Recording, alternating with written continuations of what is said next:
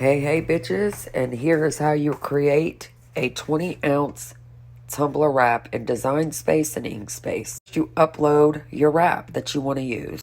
Then you change the size to the correct measurement of your tumbler. A 20-ounce tumbler is 8.2 by 9.3. And here I am creating a white background for my font. What I did was take a square, resized it, sent it to the back, and then I flattened it to make it one image. Here I am flattening it.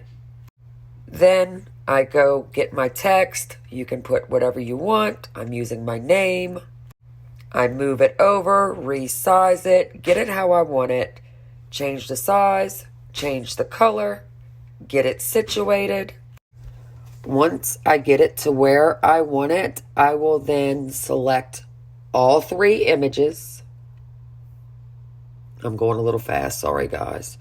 And I flatten it. Makes it one complete image. Now you can't print this in Design Space because it's too big. What I do is I take a screenshot.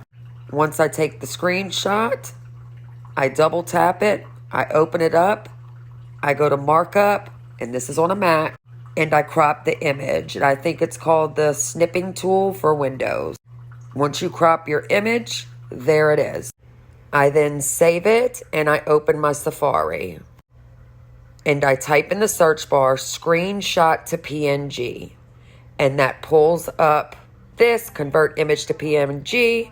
I drag and drop my image, click start, let it do its thing, then I download it. Once it's downloaded, you now have a PNG image.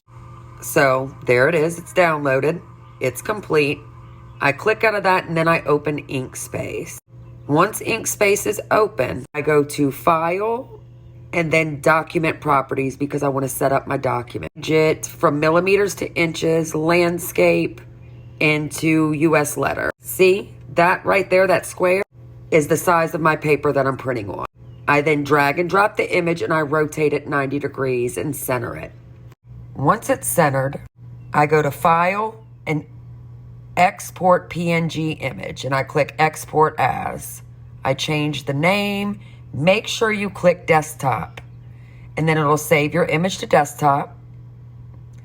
Once it's saved to your desktop, you double click on that image.